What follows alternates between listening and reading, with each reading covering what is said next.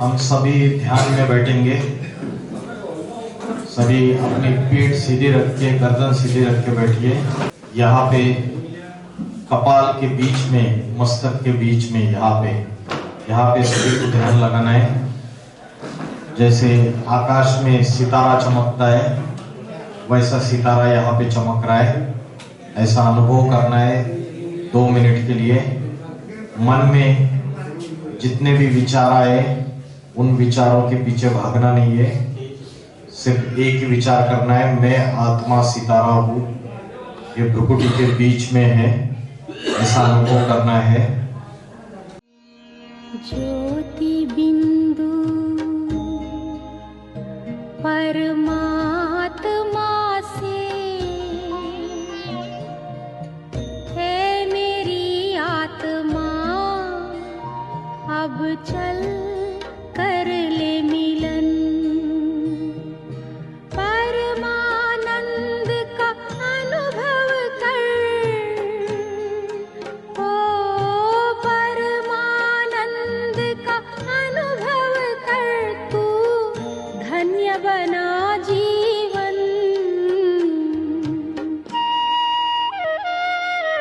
ज्योति बिंदु परमात्मा से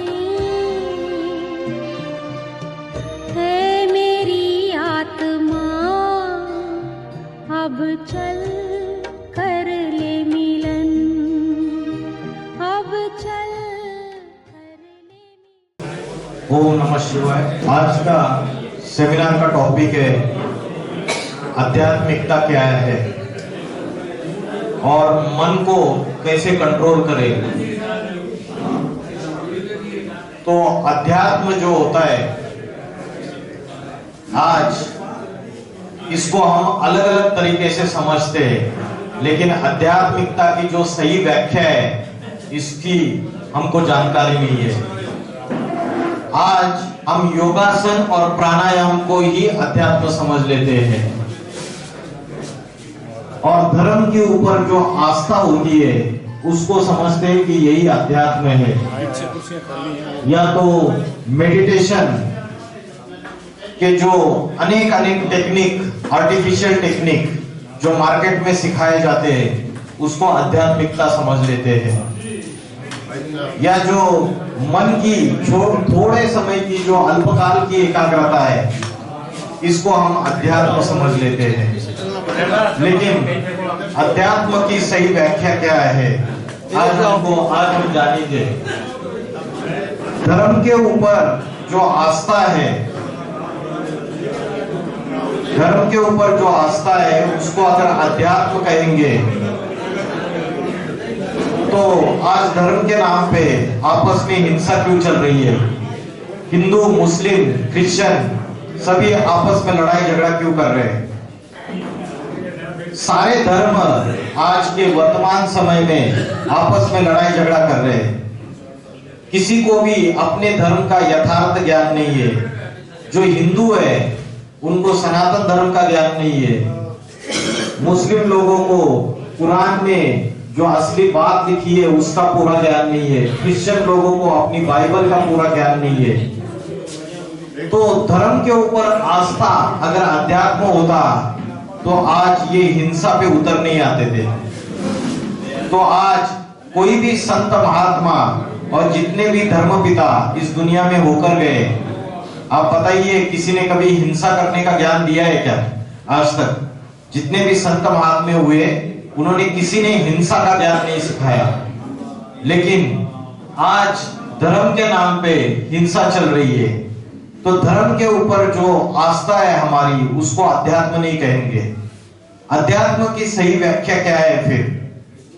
आज मार्केट में मेडिटेशन सिखाया जाता है। आंखें बंद करो, नासिकाग्र के ऊपर ध्यान लगाओ, श्वासों के ऊपर ध्यान लगाओ, अलग अलग मेडिटेशन सिखाया जाता है। लेकिन उससे अल्पकाल की शांति मिलती है, थोड़े समय की। इसको भी हम असली अध्यात्म नहीं कहेंगे। और जो योगासन और प्राणायाम है, योगासन और प्राणायाम को हम भारत का प्राचीन राजयोग समझ के बैठे हैं। लेकिन योगासन और प्राणायाम ये असली अध्यात्म नहीं है और ना ही भारत का प्राचीन राजयोग है। योगासन और प्राणायाम सिर्फ शरीर को स्वस्थ रखने के लिए आसन है, इसका आत्मा से कोई संबंध नहीं है। लेकिन आज इंटरनेशनल योग दिवस मनाया जाता है और सभी जो विदेशी लोग हैं वो भी यही समझते हैं कि योगासन और प्राणायाम यही भारत का प्राचीन राजयोग है, लेकिन इसको भी हम अध्यात्म नहीं कहेंगे। तो अध्यात्म की सही व्याख्या कहाँ है और किसने बताई? तो स्वयं भगवान के सिवाय, परमात्मा के सिवाय अध्यात्म की सही व्याख्या कोई भी बता नहीं सकता। श्रीमद् भगवत गीता, जिसे सर्वशास्त्र शिरोमणि बोला है, उस श्रीमद् भगवत गीता जो सभी धर्म ग्रंथों का माय बाप है, उस श्रीमद् भगवत गीता में बोला है अध्यात्म विद्या विद्या नाम। यह अध्यात्म विद्या जो है ये सर्व विद्याओं में सर्वश्रेष्ठ विद्या है। आज अलग अलग प्रकार की विद्याएं सिखाई जाती है। इंजीनियरिंग बनने की विद्या सिखाई जाती है, डॉक्टर बनने की विद्या सिखाई जाती है, वकील बनने की विद्या सिखाई जाती है, लेकिन अध्यात्म विद्या सिखाई नहीं जाती है। यह अध्यात्म का अर्थ क्या है? किसी को पता है अध्यात्म का अर्थ क्या है? अधि माना अंदर और आत्मा, आत्मा के अंदर का जो ज्ञान है वही असली अध्यात्म है। लेकिन आज किसी भी स्कूल, कॉलेज, यूनिवर्सिटी में यह आध्यात्मिक ज्ञान दिया नहीं जाता है। अर्जुन ने भगवान को पूछा, अर्जुन तो महारथी था, धनुर्धारी था। अर्जुन ने भगवान को पूछा कि मेरा मन बार बार भटक रहा है, मेरा मन बार बार चंचल हो रहा है, ये मेरा मन बड़ा हठी है, बड़ा बलवान है, और इस चंचल मन को मैं कैसे एकाग्र करूं? अर्जुन ये प्रश्न पूछ रहा है जो धनुर्धारी है। तो भगवान ने अर्जुन को जवाब दिया कि अभ्यास न तो कौन्तेय वैराग्य न च गृह्यते। बार बार इस चंचल मन को एकाग्र करने का अभ्यास कर, योगाभ्यास कर और वैराग्य ला इस पुरानी दुनिया से, पदार्थों से। ये जो भौतिक दुनिया है, ये भौतिक पदार्थ है, इससे वैराग्य ला। तो अर्जुन को भगवान ने ये संदेश दिया, श्रीमद् भगवत गीता में जितना ज्ञान दिया है वो सेल्फ रियलाइजेशन का ज्ञान है।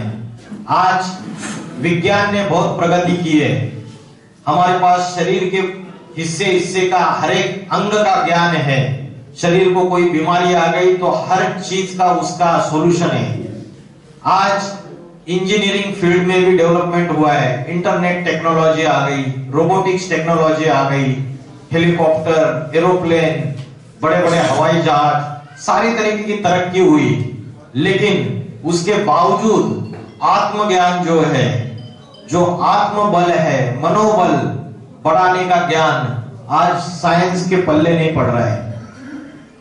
तो जब कोई बीमारी आती है तो हम डॉक्टर के पास जाते हैं, शरीर की पूरी नॉलेज हमारे पास होती है। या तो शरीर को तंदुरुस्त रखने के लिए हम अच्छा डाइट लेते हैं, या तो जिम में चले जाते हैं, तो शरीर के ऊपर पूरा ध्यान रखते हैं। उसके बावजूद आज हम डिप्रेशन, टेंशन, स्ट्रेस, अलग अलग मनोविकार, अलग अलग मानसिक समस्याएं, तनाव, इसके शिकार हो रहे हैं। उसका मूल कारण क्या है? उसका मूल कारण है हमें शरीर का ज्ञान है, लेकिन शरीर को चलाने वाली जो शक्ति है, शरीर को चलाने वाली जो पावर है, जो एनर्जी है, उसका ज्ञान नहीं है। जैसे कोई वृक्ष होता है, उसको आप पानी डालते हैं तो पानी कहाँ डालते हैं? आप कहाँ पे डालते हैं पानी? जड़ों में पानी डालते हैं, उसके तने में, उसके टहनियों में, उसके पत्तों में पानी डालने की दरकार नहीं है। वैसे ही ये शरीर वृक्ष है जो दिखाई दे रहा है, और जो आत्मा है जो दिखाई नहीं देती है वो इसका बीज है, इसकी जड़ें है, तो इसको पानी डालना जरूरी है। और मनुष्य आज इस बात को भूल चुका है, मनुष्य अपनी असली पहचान को भूल चुका है कि मैं कौन हूं। अगर किसी को भी प्रश्न पूछा आप कौन है, तो भाई साहब ने जवाब दिया मैं हिंदू हूं। इनको प्रश्न पूछा आप कौन है, इन्होंने बोला मैं मुस्लिम हूं। किसी को प्रश्न पूछा आप कौन है, उन्होंने बोला मैं तो रिटायर्ड टीचर हूं। इन्होंने बोला मैं इंजीनियर हूं। किसी ने जवाब दिया मैं तो बंगाली हूं, किसी ने जवाब दिया मैं तो राजपूत हूं। तो जाति, धर्म, भाषा, लिंग और अपनी क्वालिफिकेशन, अपना पद, इसके आधार से हम अपना परिचय दे रहे हैं। यह हमारा असली परिचय नहीं है। हमारा असली परिचय जो है वो हम आज भूल चुके हैं। हमारा असली परिचय जो है वो जन्म से पहले भी था और मृत्यु के बाद भी रहेगा। जो जन्म से पहले भी था और मृत्यु के बाद भी रहेगा वो हमारा शाश्वत परिचय है, हमारी परमानेंट आइडेंटिटी है। तो हमारी परमानेंट आइडेंटिटी जो है वो क्या है, कोई बताएगा कि मैं कौन हूं? मैं कौन हूं? इसका सही जवाब क्या है इस पहेली का? आत्मा। भाई साहब ने जवाब दिया मैं एक आत्मा हूं। तो आत्मा जो है जन्म लेने से पहले भी थी और मृत्यु होने के बाद भी थी, रहेगी। आत्मा ने अनेक जन्म लिए। आत्मा अजर, अमर, अविनाशी है और शरीर विनाशी है। इसलिए कोई मरने के बाद उसको जला देते या गाड़ देते हैं, लेकिन आत्मा तुरंत 1 सेकंड में दूसरी मां के गर्भ में प्रवेश करता है। तो आत्मा जो है इसका ज्ञान आज हम भूल चुके हैं और शरीर को ही सब कुछ समझ बैठे। शरीर में 5 ज्ञानेंद्रिय है और 5 कर्मेंद्रिय है और 11वां इंद्रिय मन। तो ये जो शरीर की 5 ज्ञानेंद्रिय है और 5 कर्मेंद्रिय है, इन इंद्रियों की जो भी इच्छाएं है उन इच्छाओं की पूर्ति करने में हमारी बुद्धि लगी रहती है, विषय भोग भोगने में हमारी बुद्धि लगी रहती है। लेकिन आत्मा का चिंतन करने के लिए हम 24 घंटे में 1 भी घंटा नहीं देते हैं। आत्मा यह हमारा असली स्वरूप है, लेकिन आत्मा इस शरीर में कहाँ रहती है, आत्मा कैसे दिखती है, आत्मा का ध्यान कैसे करे, आज इसका ज्ञान हमारे पास नहीं है। तो किसी को पता है आत्मा कहाँ रहती है शरीर में? नाक के ऊपर रहती है, कहाँ हृदय में रहती है, कहाँ पे रहती है आत्मा?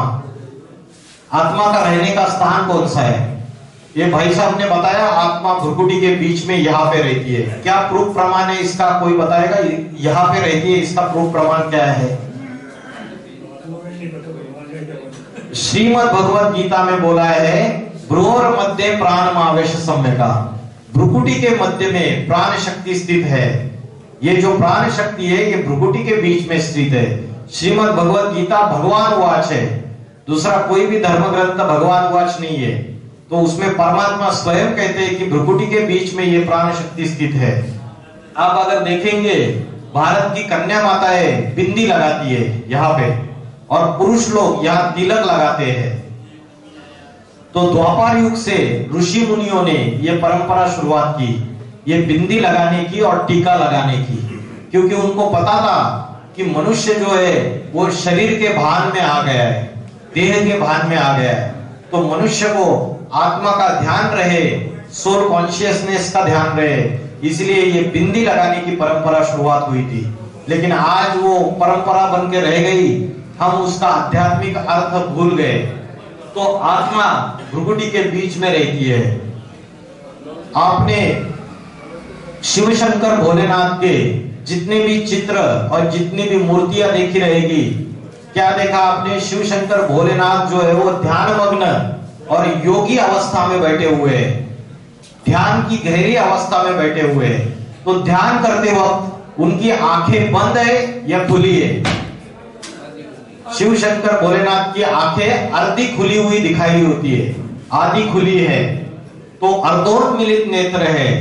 तो वैसे ही हम जब ध्यान करते हैं तो हमें भ्रुकुटी के बीच में ध्यान लगा के अपने नेत्र खुले हुए होने चाहिए, पूरे बंद नहीं होने चाहिए। क्योंकि श्रीमद् भगवद गीता ने, भगवान ने अर्जुन और द्रौपदी को जो योग सिखाया वो कर्म योग सिखाया, संन्यास योग नहीं सिखाया कि सब कुछ बीबी बाल बच्चों को छोड़ के जाओ और कहीं जंगल में चले जाओ, वो योग नहीं सिखाया, कर्म योग सिखाया। क्योंकि अर्जुन और द्रौपदी ये गृहस्थी थे या सन्यासी थे? गृहस्थी थे। तो गृहस्थ में रह के अगर कर्मयोग का अभ्यास करना है तो आंखें खुली रख के इसका अभ्यास करना जरूरी है। तो श्रीमद् भगवद गीता में बोला है संप्रेक्ष, माना आंखें खुली रख के इसका अभ्यास करना चाहिए।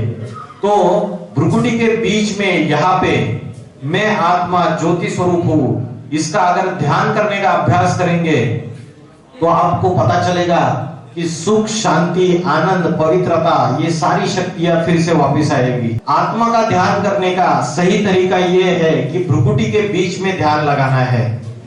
अभी आत्मा इन आंखों से दिखाई नहीं देती है, तो आत्मा का ध्यान कैसे करें? जैसे अभी भाई साहब ने बोला आत्मा तो दिखाई नहीं देती है, इसका ध्यान कैसे करें? श्रीमद् भगवद गीता में बोला है अनुरणीयाम समनुस्मरेत, अनु से भी अति सूक्ष्म आत्मा है। जैसे आकाश में सितारा चमकता है वैसा सितारा भ्रुकुटी के बीच में चमक रहा है। जितना सूक्ष्म को आप ध्यान करेंगे उतनी आपका मन एकाग्र हो जाएगा, और मन एकाग्र हो जाएगा, बुद्धि एकाग्र हो जाएगी, तो आत्मा जो है वो शक्तिशाली हो जाएगी। अनेक जन्म लेते लेते आत्मा की बैटरी डिस्चार्ज हो गई है हमारी पूरी तरीके से। तो आत्मा को शक्तिशाली करने के लिए हमें भ्रुकुटी के बीच में जैसे आकाश में सितारा चमकता है उसका ध्यान करना है, आंखें खुली रखते हुए। अभी मन को एकाग्र करने का जो अभ्यास है, इसका सबसे अच्छा समय कौन सा है? पूरे दिन में सवेरे से लेकर रात तक कौन सा समय है सबसे अच्छा समय? ब्रह्म मुहूर्त का। ब्रह्म मुहूर्त का जो समय है वो सबसे अच्छा समय है। प्रातः समय 2 बजे से लेकर 4:45 बजे तक का जो समय है वो ब्रह्म मुहूर्त का समय है। लेकिन आज क्या बन गया? हालत ऐसी बन गई दुनिया की कि बच्चे बूढ़े रात को कितने बजे सोते हैं? कितने बजे सोते हैं? 12-1 बजे सो जाते हैं। तो प्रातः समय जो जल्दी, आज गांव में भी देखेंगे तो प्रातः समय जल्दी उठने का रिवाज था।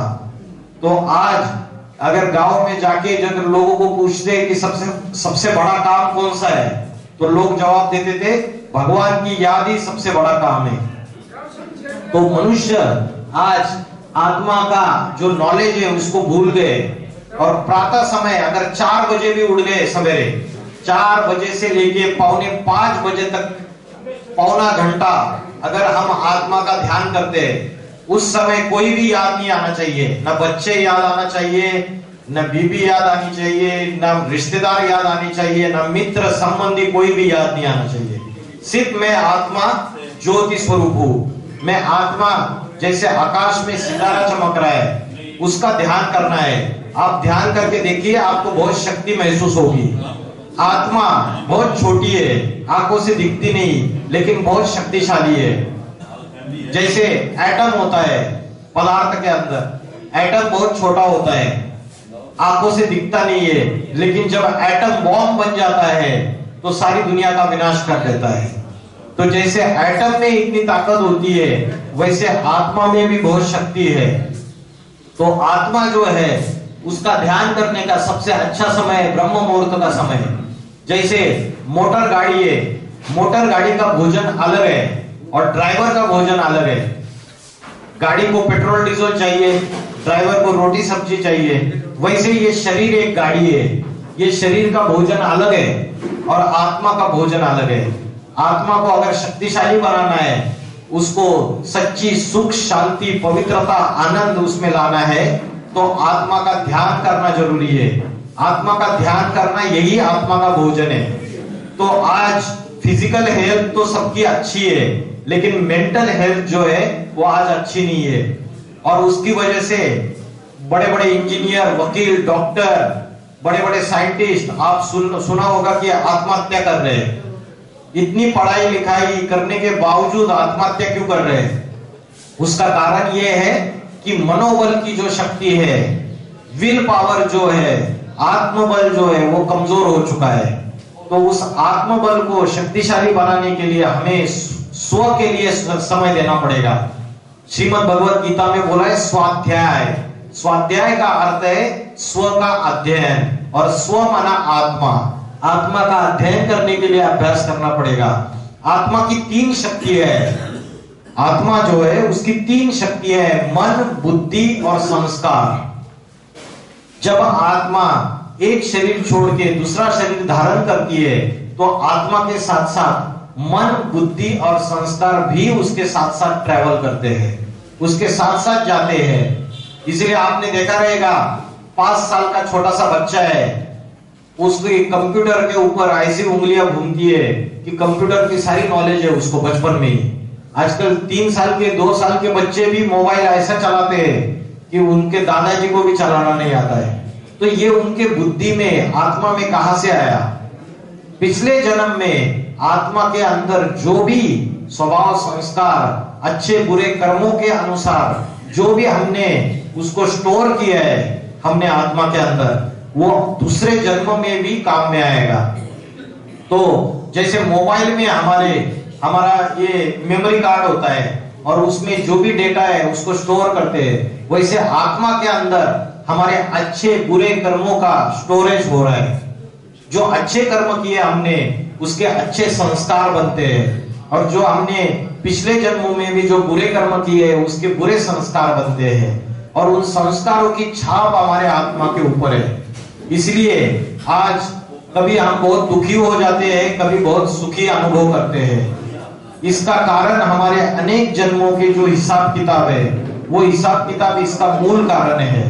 तो आत्मा का ज्ञान न होने की वजह से आज हम दुखी है। आज हम साधनों में, साइंस के जो अलग अलग साधन है, कंप्यूटर है, फोन है, एयर कंडीशनर है, गाड़ी, ये सारे साधनों में, मित्र संबंधियों में, हमारे रिश्तेदारों में हम सुख ढूंढ रहे हैं या नहीं ढूंढ रहे? मित्र संबंधियों में, रिश्तेदारों में, बच्चों में, सभी में हम सुख ढूंढ रहे हैं साइंस के साधनों में। लेकिन क्या हमें 100% सुख शांति का अनुभव होता है?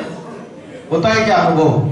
नहीं होता है। थोड़े समय का सुख और लंबे समय का दुख मिलता है। उसका मूल कारण है कि आत्मा का ज्ञान हम भूल चुके हैं। जब हम फिर से आत्मा का अभ्यास करेंगे तब हमारी फिर से जो मन और बुद्धि की जो शक्ति है वो बल बढ़ जाएगा।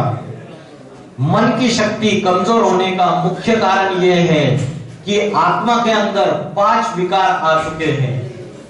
आत्मा के अंदर 5 विकारों ने पूरी तरीके से आत्मा को जकड़ लिया है।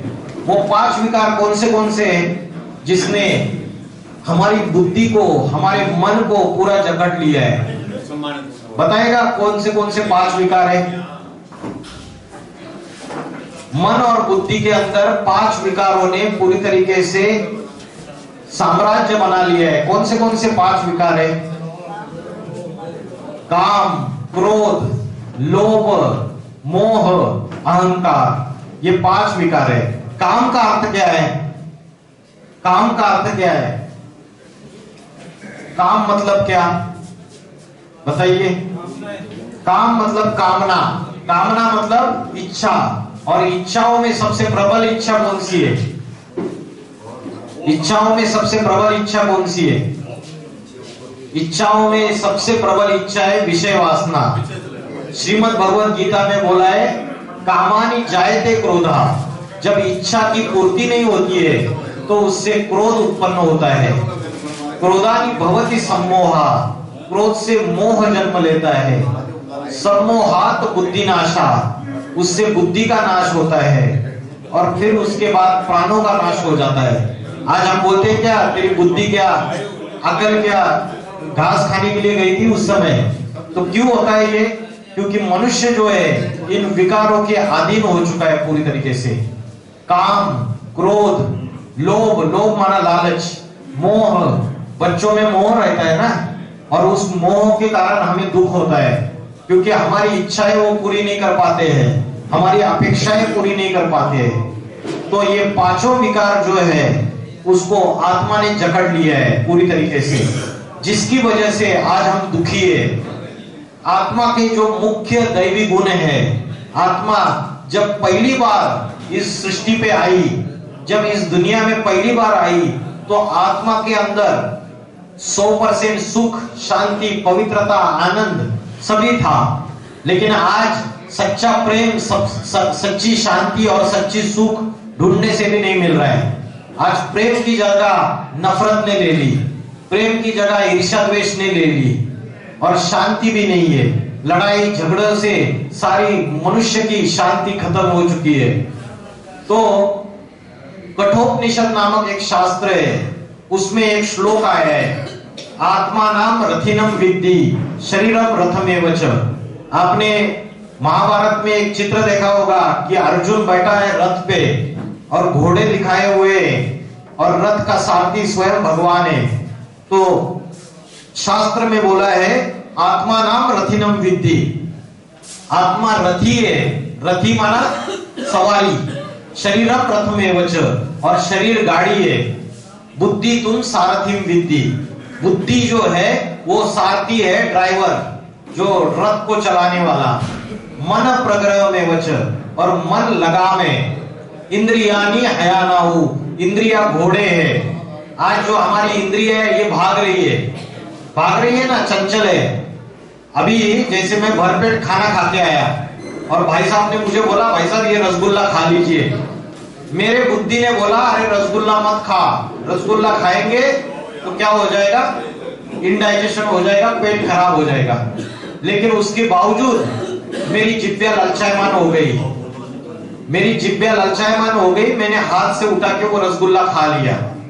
तो मेरी जो इंद्रिय है, हाथ, मुख, जिह्वा, ये मेरे कंट्रोल में नहीं है, ये मेरे वश में नहीं है। आज इंद्रियों में संयम नहीं है, इंद्रियों में संयम नहीं है। ये इंद्रिया रूपी घोड़े भाग रहे और ये मन रूपी जो लगाम है ये ढीला पड़ चुका है। और बुद्धि जो सारथी है वो भी सही डायरेक्शन में लेके नहीं जा रहा है।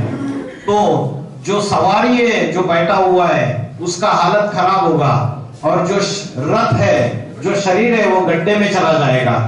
तो आज हमारी हालत ऐसी है कि हम आत्मा के ज्ञान को भूलने की वजह से और इंद्रियों को हमारे कंट्रोल नहीं कर पा रहे, इंद्रिया संयम में नहीं होने की वजह से मन भी चंचल हो चुका है, इंद्रियों के पीछे मन भी भागता है, और बुद्धि जो है वो सही क्या है और गलत क्या है उसका निर्णय लेने के लिए सक्षम नहीं है, उसका निर्णय नहीं ले पाती है। तो आत्मा जो है वो शरीर का मालिक है, वो सारी इंद्रियों का मालिक है। आत्मा राजा है, इसलिए राजा यहाँ टॉप में बैठा हुआ है, उत्तमांग, इसको बोलते हैं उत्तमांग। आंखों के बीच में, भ्रुकुटी में, यहाँ वो राजा बैठा हुआ है। आज राजा ने जो हुक्म दिया है वो उसके मंत्री, प्रजा, ये सब लोग मान नहीं रहे, क्योंकि आत्मा राजा जो है वो कमजोर हो चुका है पूरी तरीके से। इतिहास में बड़े बड़े राजाएं हो गए, जैसे बाबर, सम्राट बाबर का नाम सुना रहेगा। बाबर जिसने मुगल साम्राज्य का संस्थापक है, वो सेना में एक सिपाही था छोटा सा, लेकिन एक ही जन्म में अपनी इच्छा शक्ति से, अपनी विल पावर से एक ही जन्म में सिपाही से सम्राट बन गया। वैसे ही छत्रपति शिवाजी महाराज है, चाणक्य, आचार्य चाणक्य, एक छोटा सा बालक था विष्णुगुप्त, वो एक प्रकांड पंडित बन गए आचार्य चाणक्य। फिर उसके बाद महाराणा प्रताप है, महाराणा प्रताप जो है वो कभी भी अकबर के सामने झुके नहीं, उनको जंगल में रहना पड़ा, घास की रोटियां खानी पड़ी, लेकिन फिर भी बाकी के सारे राजपूत राजाएं अकबर के सामने झुक गए, लेकिन वो अकबर के सामने झुके नहीं। तो ये इच्छा शक्ति कहां से आई इन बड़े बड़े राजाओं में? छत्रपति शिवाजी महाराज एक छोटे से जागीरदार के बेटे थे, लेकिन एक ही जन्म में वो जागीरदार से हिंदवी स्वराज्य के सम्राट बन गए। तो इनके अंदर जो इच्छा शक्ति है ये आत्मा का बल है, ये मनोबल है। आज जो नौजवान है, छोटे बच्चे से लेके बूढ़े तक, किसी का भी मन एकाग्र नहीं है, सबका मन भटक रहा है, और उसका मूल कारण है कि आत्मा की जो अष्ट शक्ति है वो हमारी कमजोर हो चुकी है। आत्मा की अष्ट शक्तियां क्या क्या है आप यहाँ पे देखिए, आत्मा की अष्ट शक्तियां लिखी हुई है। सबसे पहली है समेटने की शक्ति, फिर है सहन करने की शक्ति। सहन करने की शक्ति ये आत्मा की शक्ति है। ये लड़का उस पेड़ को पत्थर मार रहा है और पेड़ उसको फल दे रहा है। उसके बाद समाने की शक्ति, समुद्र जो होता है उससे समाने की शक्ति सीखी जा सकती है। नदी, नाले, ओरे, वो कैसा भी कचरा लेके आते, कूड़ा लेके आते, और समुद्र अपने अंदर समा लेता है। तो समाने की शक्ति जो है वो समुद्र से सीख सकते हैं हम। आज हमारे परिवार में, हमारी रिश्तेदारी में, हमारे मित्र संबंधियों में किसी के अंदर कोई गलतियां रहती है, खामियां रहती है, अवगुण रहते हैं, तो हम क्या करते हैं, उसको समाने की जगह और ही फैलाते, सब जगह फैला देते, अरे ये ऐसा है, ये वैसा है, ये ऐसी है, ये वैसी है। तो समाने की शक्ति हमारी कमजोर हो चुकी है, सहन करने की शक्ति कमजोर हो चुकी है। 50-60 साल पहले आपने कभी सुना था भारत के अंदर डाइवोर्स होते, जो डिवोर्स तलाक होते, कभी सुना था आपने? हिंदू में कभी नहीं सुना था। आज घर घर में कन्याएं शादी करके ससुराल में जाती है और 10 दिन में वापस आ जाती है। क्यों?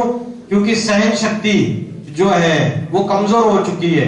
पहले माताएं कितना सहन करती थी, पति शराब पी के आता था, बच्चों को मार पिटाई करता था, पत्नी को मार पिटाई करता था, फिर भी वो घर को निभाती थी, अपने मायके भाग नहीं जाती थी।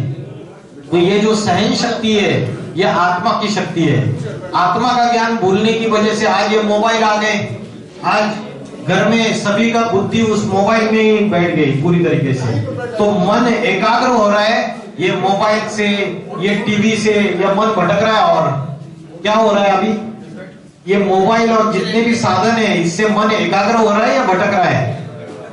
क्या हो रहा है बताइए? भटक रहा है और ही भटक रहा है। तो सहन करने की शक्ति, फिर समाने की शक्ति, परखने की शक्ति। जो जोरी होता है वो परखता है कि असली हीरा कौन सा है और नकली हीरा कौन सा है। तो ये परखने की शक्ति भी आत्मा की शक्ति है। निर्णय करने की शक्ति, तो आज सहयोग करने की शक्ति, सामना करने की शक्ति, ये सारी शक्तियां आत्मा की शक्ति है। और ये सारी शक्तियां कमजोर हो गई है, इसलिए घर घर टूट रहे हैं आज की तारीख में।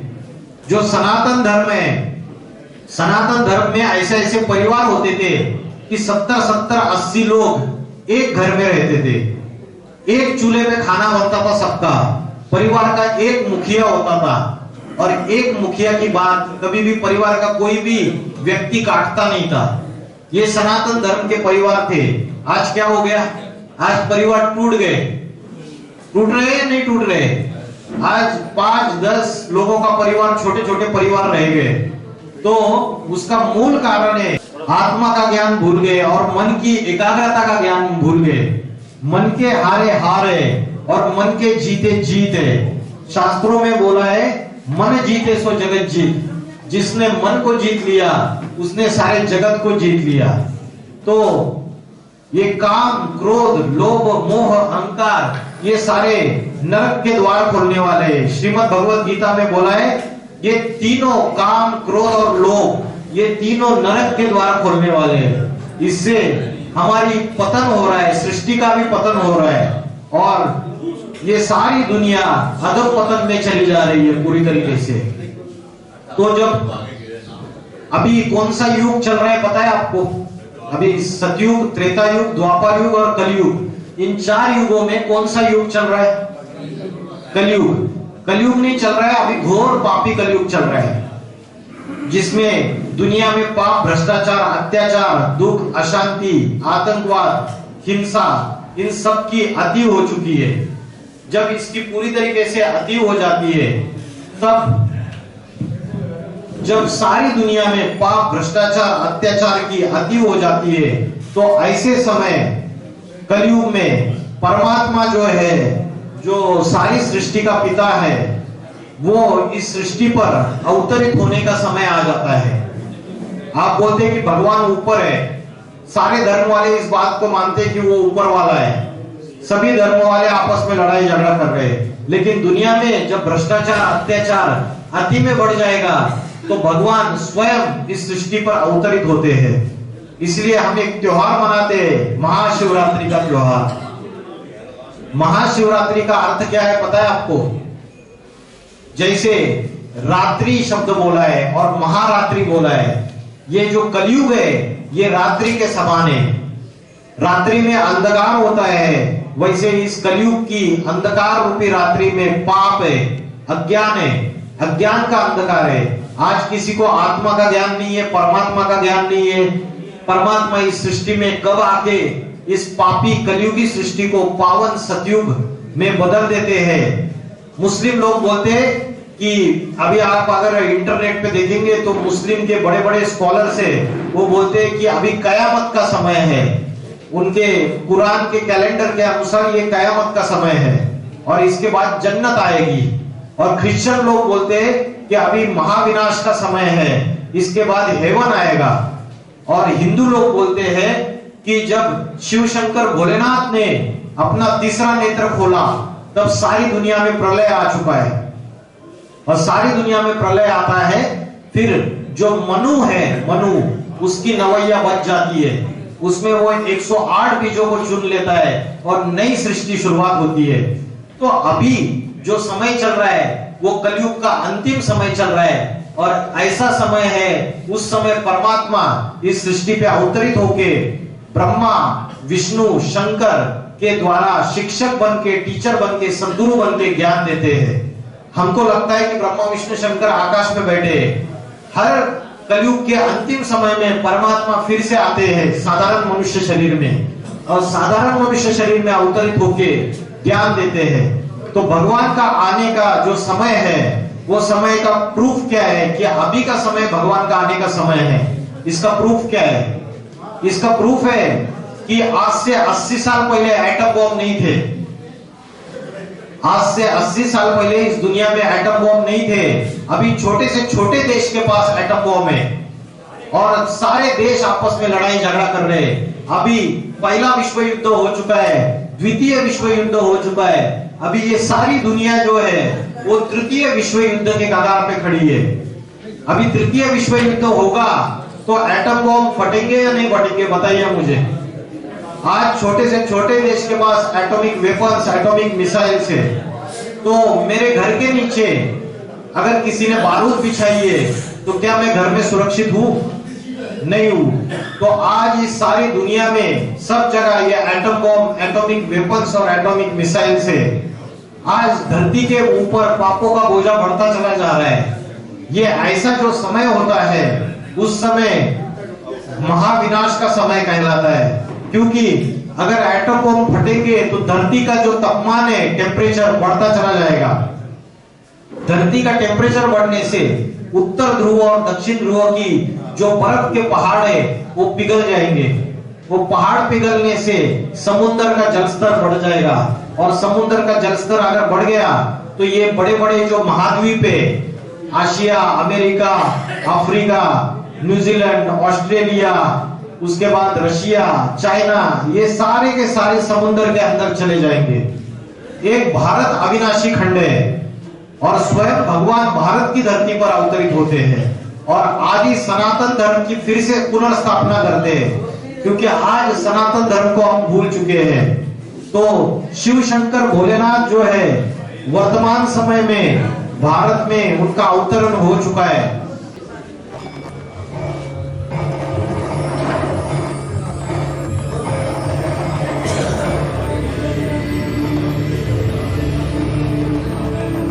दुनिया की क्या हालत हो जाएगी देखिए। आज सारे देश आपस में लड़ाई झगड़ा कर रहे हैं। रशिया और यूक्रेन की लड़ाई चल रही है। भारत पाकिस्तान आपस में दुश्मनी बढ़ती चली जा रही है। इस्राइल और पैलेस्टाइन की युद्ध चल रही है।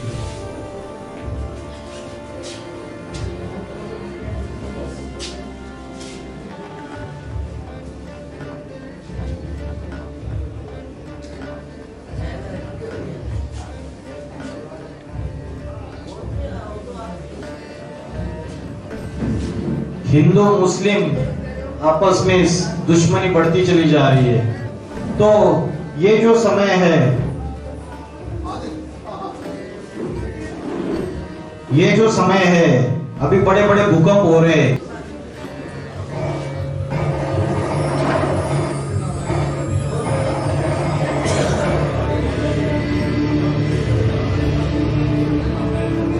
दुनिया की क्या हालत हो जाएगी देखिए।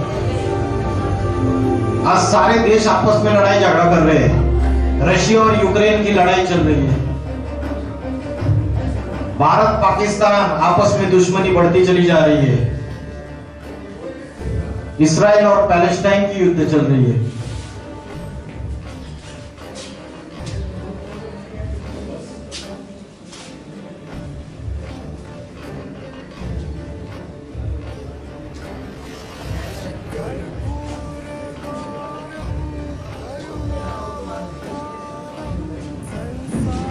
हिंदू मुस्लिम आपस में दुश्मनी बढ़ती चली जा रही है। तो दिल्ली में रोज भूकंप के झटके बैठ रहे, दिल्ली, नेपाल, सभी जगह। तो ये जो समय है, ऐसे समय ईश्वर का अवतरण होता है सृष्टि पे। आज बड़े बड़े विश्व शांति के सम्मेलन मनाए जा रहे हैं, लेकिन विश्व शांति के सम्मेलन मनाने के बावजूद शांति स्थापन नहीं हो रही है। हिंसा, आतंकवाद बढ़ता चला जा रहा है। तो ऐसे समय ईश्वर इस सृष्टि पे आके आध्यात्मिक ज्ञान दे रहे, आत्मा का ज्ञान दे रहे। आध्यात्मिक विश्वविद्यालय के द्वारा भारत के सभी राज्यों में, सभी शहरों में यह ज्ञान दिया जा रहा है। आप आकर इस ज्ञान का ये ले सकते हैं। बड़े बड़े भविष्यकारों ने ये बात बताई है कि उत्तर भारत से एक महापुरुष का अवतार हो चुका है और उसके द्वारा योग की ऐसी शिक्षा दी जा रही है जिससे ये सारी दुनिया में एक राज्य, एक भाषा, एक जाति और एक राजधानी स्थापन हो जाएगी और अनेक धर्मों का विनाश हो जाएगा, एक सनातन धर्म स्थापन हो जाएगा। ईश्वर स्वयं आके इस सृष्टि के परिवर्तन का कार्य कर रहे हैं और आने वाले समय में, आने वाले 15-20 सालों में नई दुनिया, सतयुग, स्वर्ग आने वाला है। उसमें वही लोग जाएंगे नई दुनिया में जिन्होंने अपने आत्मा को पवित्र बनाने का अभ्यास किया, अपने शरीर को पवित्र बनाने का अभ्यास किया और एक ईश्वर को शरण आए। इसके लिए गीता में बोला है, सर्वधर्मान परित्यज्य मामेकम शरणम व्रज। सब धर्मों को त्याग दो और मुझ एक शिव शंकर भोलेनाथ को शरण आ जाओ। तो इतना बोलकर मैं रुकता हूँ। ओम नमः शिवाय।